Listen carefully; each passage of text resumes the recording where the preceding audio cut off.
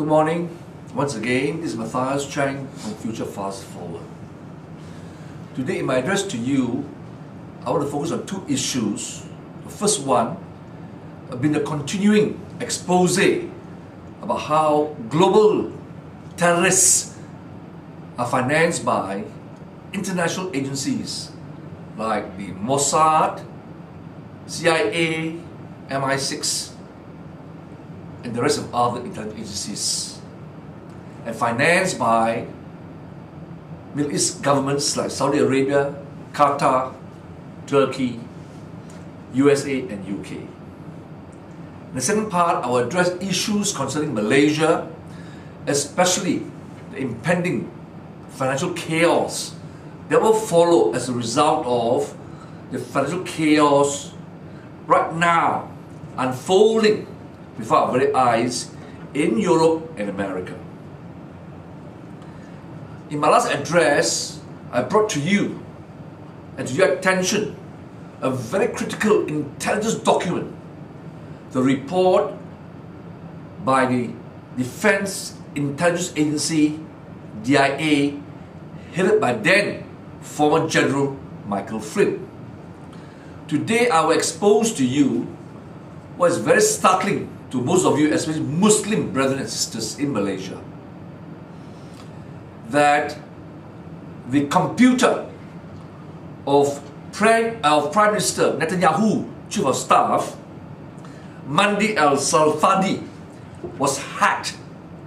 And what was discovered was a shocking truth, the whole truth, the ugly truth, and corroborate what I've been saying, that Israelis, the intelligence services, are behind the financing of ISIS. Now, there's a lot of confusion about the resistance in Iraq and Syria against foreign forces, the US imperialist forces, the UK colonial forces, and Mossad. So how can they then be financed by the same powers? Likewise, to clear this confusion, I want to explain to you, I support the Palestinian struggle for independence, for self-determination against the Israelis and the forces behind Israel. And I have sacrificed my time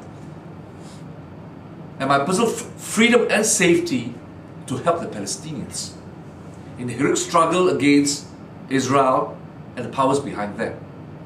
But that doesn't mean within the struggle of the Palestinian people, within the armed struggle of the Palestinian people, there are not rogue elements who are supported by foreign powers, who are victims of foreign powers, who are collaborators of foreign powers, so as to launch false flag operation to discredit the integrity, the honor of the heroic Palestinian struggle. Likewise, when the United States of America, led by war criminal Bush, and now exposed in a true court inquiry, war criminal Blair, these so-called radical Islamic groups led by ISIS have now subverted the struggle by the genuine patriotic forces in Iraq and Syria against colonial imperialist forces. That's why it's very important to understand, right, and be clear in your mind the confusion, the fog of war as to who are genuine rebellion against foreign forces and who are rogue elements financed by foreign forces. With that clarification, I will now go back to the first part of my address to you, the further expose of the Mossad and Israeli forces behind ISIS. There you have, please focus. The Chief of Staff of Netanyahu, whose computer was hacked, shows very clearly. Alright? And that chief of staff name is Mandi al-Safadi. The hacking of the computer of this arch criminal, Mandi al-Safadi, also showed that Qatar and Saudi Arabia are the principal financial supporters of the Syrian terrorists in the cover of Al-Qaeda and ISIS. Okay? There's another person that was exposed in this computer hacking. The person called Muhammad Al-Khatif. And he was the link between Al-Nusra Front and Qatar. Al-Nusra Front is another name for Al-Qaeda. As I said to you earlier, Al-Qaeda is a creature, a construct of the foreign intelligence services. Even though many Muslim countries have supported the insurgencies in Afghanistan against colonial forces. But distinguish between genuine patriots and scoundrels, rogue elements within the resistance. Another person you must bear in mind is called Omar al-Haji, and he is the ISIS religious official in Raqqa province in northern Syria, who at one time had intelligence links with the Turkish intelligence services, who at one time collaborated with the USA, UK and Israel. Alright? And there's analysis called Hissam Shoaib, which says that the methods used to empower the Takfiri system of ISIL are similar to the Zionist system that created Israel by terrorizing the Palestinians, and the method of slaughter, torture, is based on Talmudic rituals and the global Zionism rules. Talmudic ritual basically means the holy book Talmud. In that holy book, so-called holy book of the Jews, Zionists, they are very detailed rituals. Okay? And these rituals are now copied by root elements in ISIS. The slaughter, the torture. To prove that the computer of the chief of staff of Netanyahu has been hacked and penetrated, this picture shows, okay, the computer of that collaborator, that criminal. You see, it's a picture of him with his two sons. Alright? Download it if you want to show to your friends and your relatives how this man, the chief of staff of Netanyahu, is complicit, okay, in backing ISIS. This is his passport. Alright? So we are now identifying the culprit in no uncertain terms.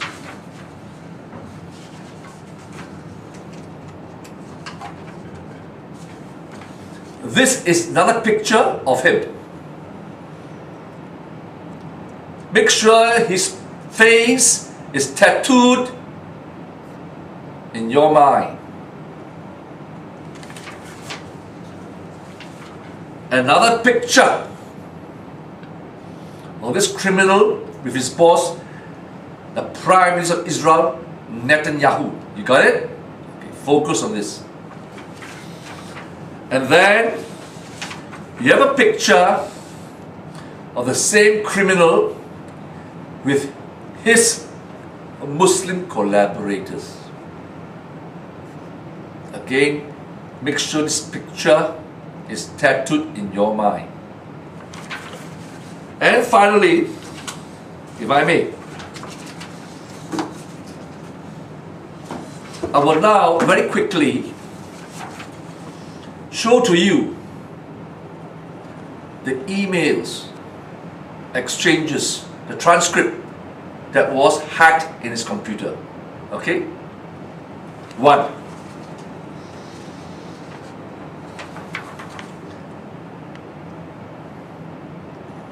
Two.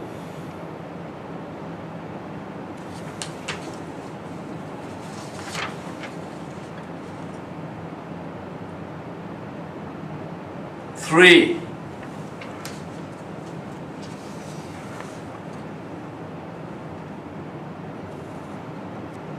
4.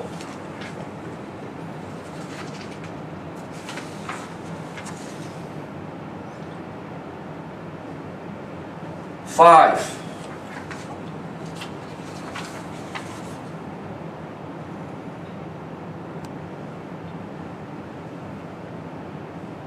6.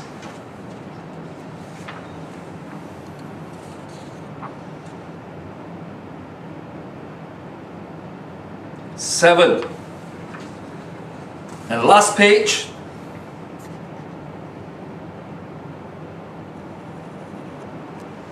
8. So now I have given to you more than conclusive evidence of the deviousness, the evil of Israeli forces using Muslims to kill Muslims and diverting the struggle, the genuine struggle of Muslims, patriotic Muslims in their respective countries in the Middle East against the evil forces from America, from UK, from France, and worst of all, Saudi Arabia, led by the Wahhabist cult, Qatar, Turkey, Kuwait, UAE. You have heard recently that there was a coup attempt against President Erdogan of Turkey. Prior to this coup, he was up to his eyeballs collaborating with President Obama, the former Secretary of State Hillary Clinton, and subverting the genuine struggle of the people of Syria by transporting and allowing ISIS elements moving from Turkey into Syria and across to Israel, supplying arms to ISIS, and then treating the wounded from ISIS back in Turkey, and then diverting stolen oil via oil tankers shipped via Turkey for export to finance the ISIS struggle in Syria, the rogue elements. As a result of that so-called coup in Turkey, it is now believed by many that President Erdogan may have changed his mind and realized that he was a stooge, a mere pawn by the USA, UK, and other forces. So be aware that there are many things happening in the world. It's very complicated, but I will do my best in the time to come to clarify for you, so that you Muslim brothers and sisters in Malaysia will be clear in your mind as to how Islam is subverted. You as Muslims have been subverted and will be diverted to the wrong path. Bear that in mind. Now we'll come to the second part of my address to you this morning, which I'll bring up to you, up to date with you, for you, what's happening in the global financial situation. Since the great chaos, since the great financial tsunami from 2008 till now, every central bank in the world, without exception, was told by the Federal Reserve, Fed, of United States of America to follow their modus operandi, to suppress the people, to enrich the 1%, and to destroy economies which are in resistance to the Washington agenda. And it did this by massive printing of money, digitally or otherwise. And this massive printing of money has been referred to in many ways, in many forms, one of which was quantitative easing, QE. It doesn't matter that you don't understand technical terms, but grasp the essence that what they are doing is massive printing of money, because debts, global debts, and debts in America has grown so much that they cannot mathematically repay those debts. So they have to print money by way of quantitative easing, a technical term for what we laymen call money printing. Alright? Just like, right, when you borrow money, it's a loan. In the layman's language is IOU. And this is famously made famously by Bernanke, the former chairman of the Federal Reserve. He called this helicopter money. Helicopter money. Money falling from the sky. Okay? This was a term used by his policy of printing money and having zero interest rates or negative interest rates. The equivalent in Malaysia under the Najib regime is cash is king. I repeat, cash is king. And bring the form giving money to the public, okay, doesn't really help you at all. It's to give you an illusion that the government supports you, that the government is helping you to overcome inflation. But giving money in itself is not a solution if the fundamental basis, the foundation of the economy, which rests on misguided policy, is not being addressed. Okay? As a result of money printing, what happens in America is that the balance sheet of the Federal Reserve, okay, has skyrocketed from 900 billion to over, I believe, 4.5 trillion as of 2014. That's the amount of money they're printed digitally or actually, right, to give a false sense of illusion that the economy has recovered and it's growing. But it has not. What this means is that by money printing, what government has done, for example in America, in Europe, in UK and elsewhere, is to use this digital money, computer, to buy shares in the market, to show up the share prices in the stock exchange. That's why the Dow Jones, right, when it was collapsing, they print money and buy the stocks to show and to give illusion that people are prosperous. Share market price is going up. The index is going up. But it's all artificially created by money printing. As a result of this stupid idiotic policy, most central banks and most countries are now in debt, sovereign debt, and these countries cannot pay off the debt, even if further money printing, because the amount of interest to be paid cannot even be paid. If you can't pay your interest, you can't pay the principal sum. And the only solution which they are now contemplating is war. War will be unleashed, right, to divert the attention of the people from the debt they are facing, from the collapse of the economy,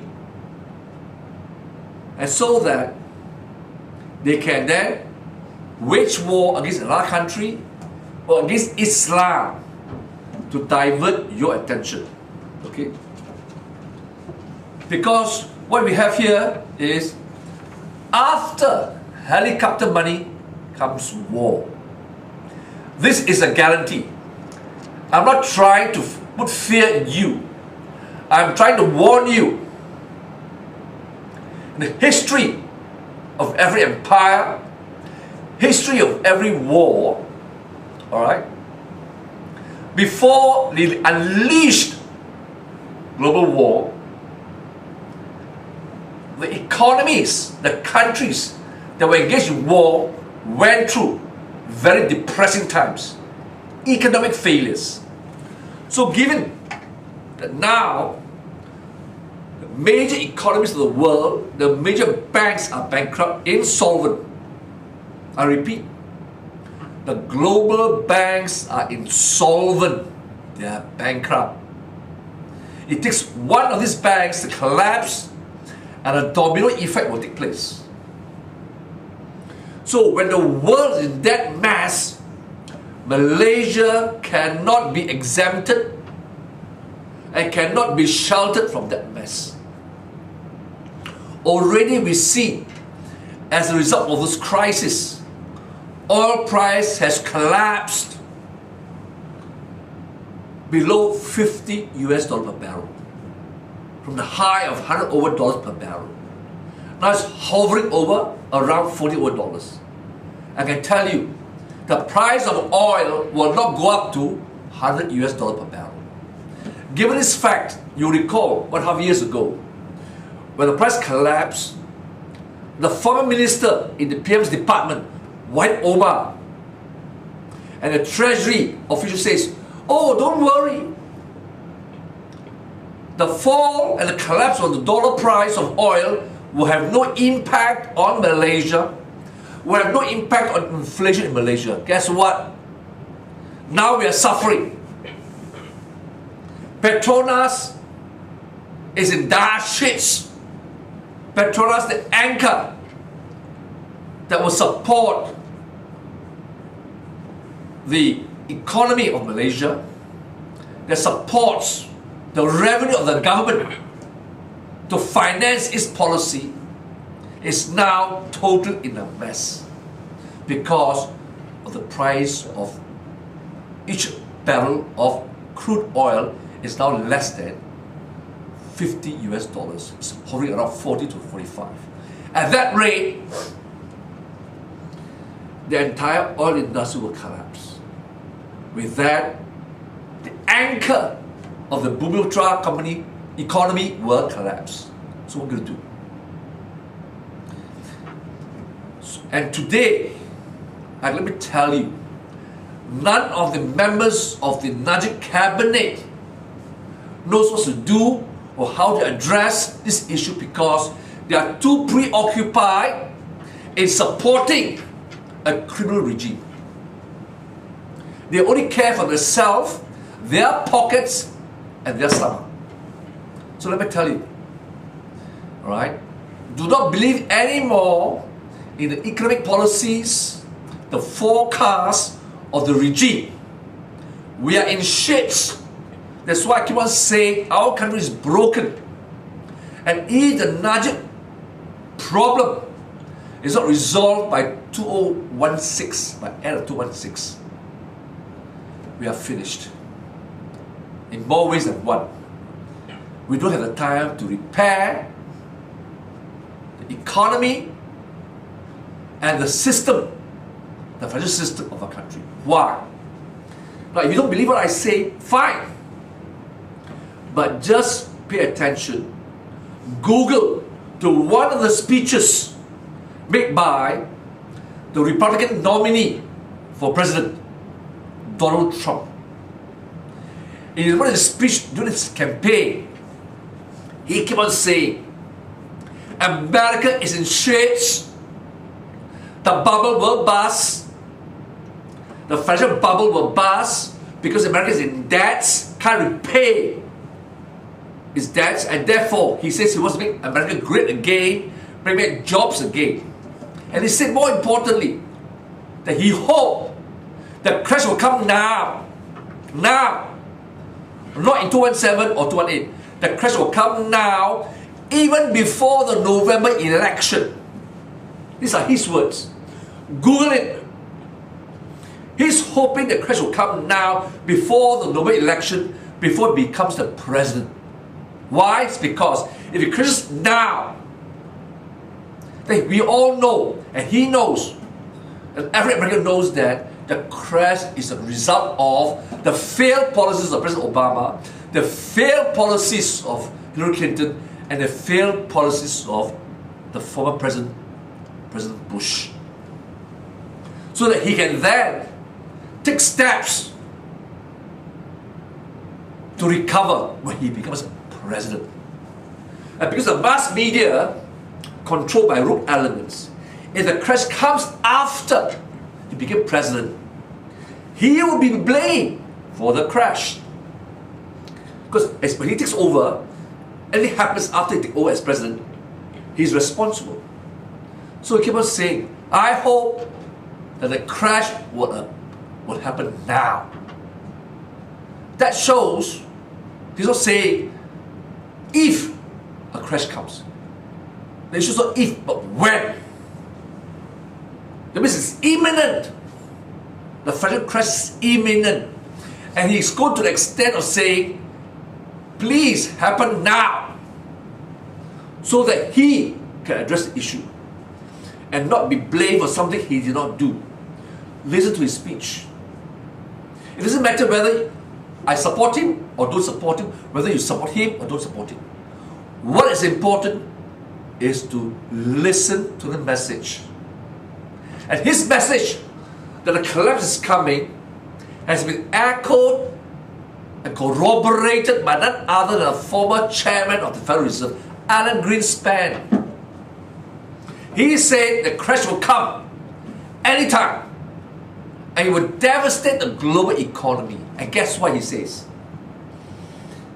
The only answer is a gold-backed system of all monies, a new sound financial system backed by gold. And they advise Americans to start accumulating gold. And I've been saying that for the last 3 years. And people in Malaysia laughed at me when I forecast various collapse of stock markets and economies. People laugh at me. But let me say to all of you, every forecast by me has been accurate, spot on. But each time when I'm spot on and accurate, the central banks change the rules. Alright? So when you change the rules, that doesn't mean I'm not correct. It's like, for example, a football match. I scored a goal, but the referee says, oh, no, you didn't score the goal. There's a new rule. It says that you must score the goal within so many yards from the goal post. I scored a goal, but said that goal doesn't count. Likewise, each time when I say something has happened, I say the gold market was manipulated, they laugh. I said the silver market was manipulated, they laugh. I said the interest rates were manipulated, they laugh. I said the currency market was manipulated, they say I'm joking, I'm talking rubbish. Alright? I'm a conspiracy theorist. They laugh at me. Today is proven. Hong Kong Shine Bank, Goldman Sachs, RHB, Barclays Bank, Deutsche Bank, all the major banks were involved in the manipulation of gold market, silver market, currency market, and interest rates. To the extent the former Attorney General of USA says, we can't even prosecute HSBC, who have been charged with manipulating gold market, interest market, and the currency market, because to charge them and to convict them, it may cause the collapse of the bank, and therefore the system is collapsed. Meaning, the law doesn't apply to all these big boys, the big banks. You steal $10, go to jail. They still destroy economies, steal and destroy countries, steal billions. And the Attorney General of the US says, we can't prosecute them. Therefore, am I right to say There are two standards. One for them, the rich and powerful, and one for us. We must obey the law. We must follow the law. But they say, I am not above the law, I am the law. This is their motto. I'm not above the law, I am the law. How disgusting. Alright? And even the Attorney General has said so. In the case of Malaysia, no crimes is committed. In the case of America, Eric Holder says, I can't prosecute. I can't even prosecute Hillary Clinton for subverting, by telling, by exposing top secret information in a private email. Won't touch her. She's only extremely careless, extremely reckless. No offense committed. We all know offenses have been committed. So it's very important that given this current state of situation, you and your family must prepare for the financial doom. Our country is slipping very fast. Alright?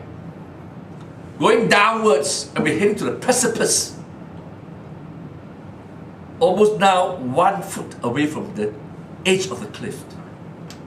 If no one pull us back, no one pull the country back, we will destroy ourselves. Okay. You can have two choices. After listening to my address, you can say, Matthias is talking rubbish, he's a conspiracy theorist, he's not an economist, ignore him. Or you can start preparing for that eventuality, for crisis. I'm not here to convince you, because there are many friends of mine throughout the world who agrees with me, reputable people, economists, lawyers, financial analysts, who are advisors to governments. Alright? I'm here doing my duty as a fellow citizen, as a friend to all of you. I'm the messenger. Listen to the message, but don't kill the messenger. It's my hope and my prayer that if you listen to my message, take it to your heart, you will save your family, your children, and your friends. Ignore my advice, or ridicule me, and make a joke out of what I say, you will be in big, big trouble. And I can't help you anymore, because you have been forewarned. But more importantly, be taking effective measures to protect yourself and your family. As I said repeatedly, time after time. Surrender to the will of God. Surrender to the will of God completely. Has absolute faith that He will protect you, defend you, and guide you under all circumstances, in the face of all enemies, adversities, so that you can survive. We are in a very dire situation. Okay? Why? Look around you. You're not blind. Our leadership is a mess. Our economy is shit. System is breaking apart.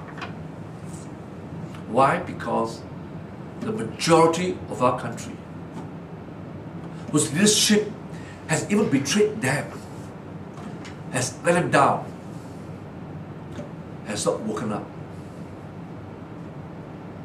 For some strange reason, maybe for pride, misplaced pride, they refuse to take action. And I said so many times. Please, to my Malay and Muslim brethren, in your hands lies the future of Malaysia. In your hands lies the future of your family, your children, and your grandchildren. Please wake up. Do your duty as a citizen. Uphold the rule of law. Fight injustice. Fight criminality. Fight against scumbags, financial rapists, and do what's right. because the final judge will be God Himself. Sin no more and move forward. With that, I thank you once again for your attention.